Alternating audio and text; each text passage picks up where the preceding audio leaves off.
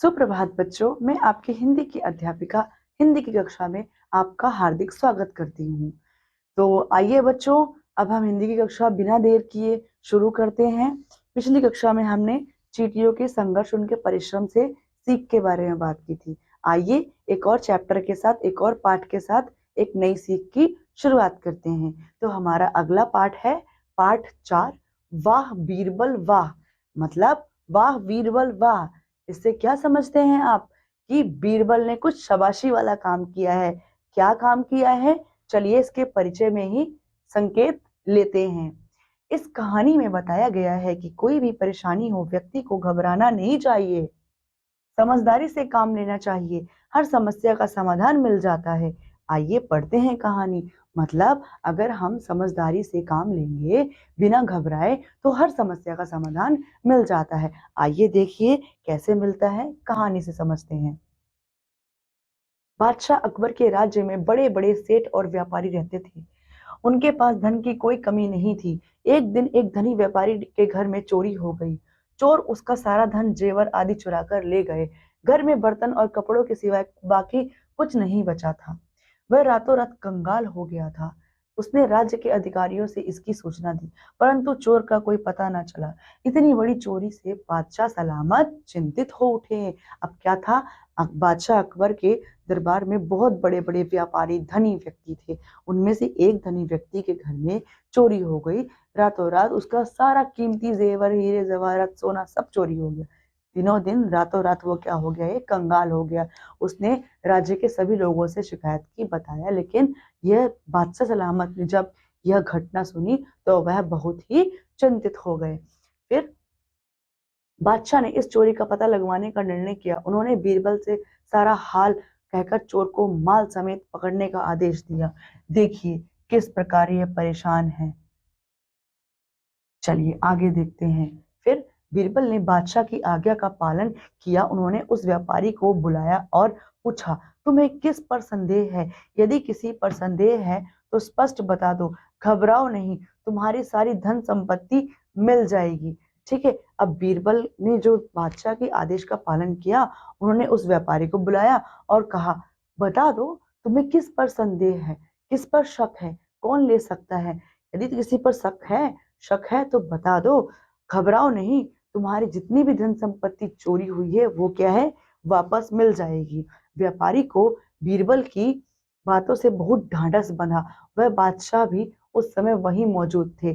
तो यह बात सुन करके जो व्यापारी था उसको हिम्मत आई और बादशाह सलामत भी वही थे, ये सारी बातें सुन रहे थे। अब फिर क्या होता है, जहां पनाह मेरा यह अनुमान है कि नौकरों ने ही मिलकर यह काम किया है। बाहरी आदमी को इतनी जानकारी नहीं हो सकती, किंतु यह भी सच है कि मैंने किसी को अपनी आंखों से ऐसा करते नहीं देखा, इसीलिए मैं किसी भी नौकर का नाम नहीं बता सकता। व्यापारी ने उत्तर दिया।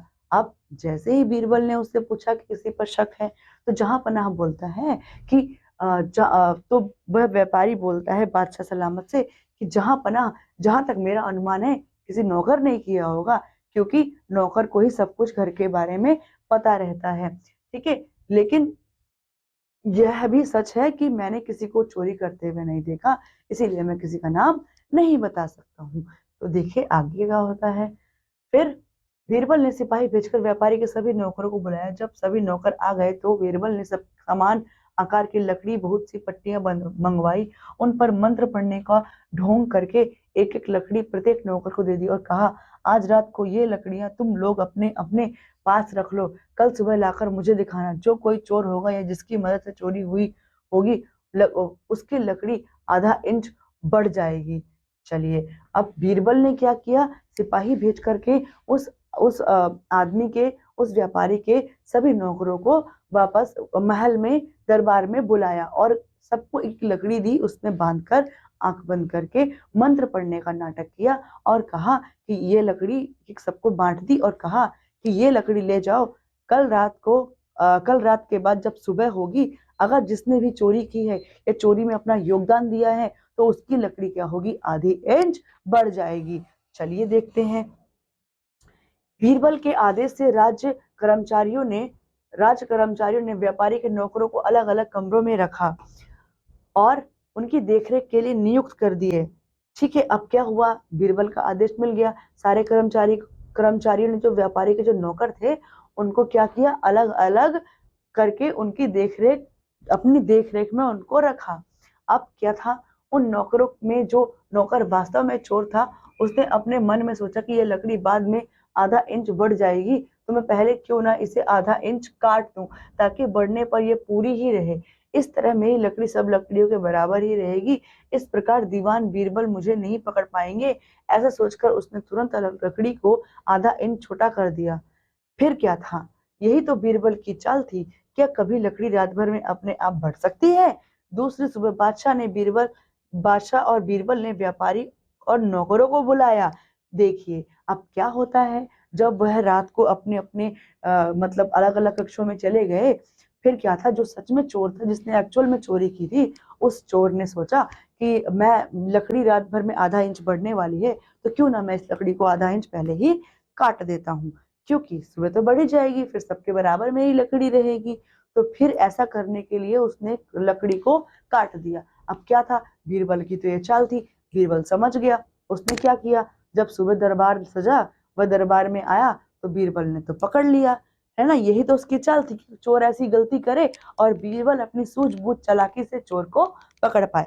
देखिए क्या होता है, किस तरीके से इन्होंने सबने लकड़ी को दिया और किस प्रकार यहाँ लकड़ी मंत्रों के द्वारा झूठ बोल करके दी गई थी। अब देखते हैं आगे क्या होता है। बीरबल ने सबकी लकड़ियों को देखा। बीरबल ने चोर को पहचान लिया। उसने एकांत में ले जाकर सारी सच्चाई जान ली। व्यापारी चोर हुआ माल मिल जाने पर व्यापारी चोरी हुआ माल मिल जाने पर बहुत खुश हुआ। चोर को दंड दिया गया। बादशाह बीरबल की होशियारी से प्रसन्न हो गया।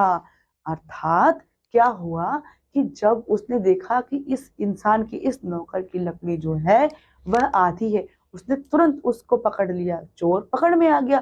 उसे एकांत में ले जा करके सारी जानकारी चोरी के बारे में ली और इस प्रकार व्यापारी को उसका सारा धन, चोरी किया गया पैसा, सब कुछ मिल गया। और इस प्रकार बीरबल की सूझबूझ पर अकबर भी बहुत प्रसन्न हुआ। तो बच्चों, अब हमने इस कहानी में क्या सीखा? इस कहानी में हमने यह सीखा कि जो कभी भी परेशानी में हमें ना घबराहट से, हड़बड़ाहट में कोई फैसला नहीं लेना चाहिए। हमें सोच के, समझ के, समझदारी से, धैर्यपूर्ण तरीके से निर्णय लेना चाहिए, क्योंकि समझदारी से काम लेने से हमारी सारी समस्याएं दूर हो जाती हैं। अगर हम हड़बड़ा गए, घबरा गए, तो हमारी समस्याएं दूर नहीं होती हैं। हम उस समस्या में और उलझते जाते हैं। इसीलिए शांत चित्त रख करके शांति से समस्या का समाधान खोजना चाहिए। तो इसी सीख के साथ यह कक्षा यही समाप्त करते हैं। अब मैं आपसे अगली कक्षा में मिलती हूँ। उम्मीद करते हैं आपने इस सीख को समझा होगा और अपने जीवन में इसे उतारने का अथक प्रयास करेंगे। तो मिलते हैं अगली कक्षा में। तब तक के लिए धन्यवाद।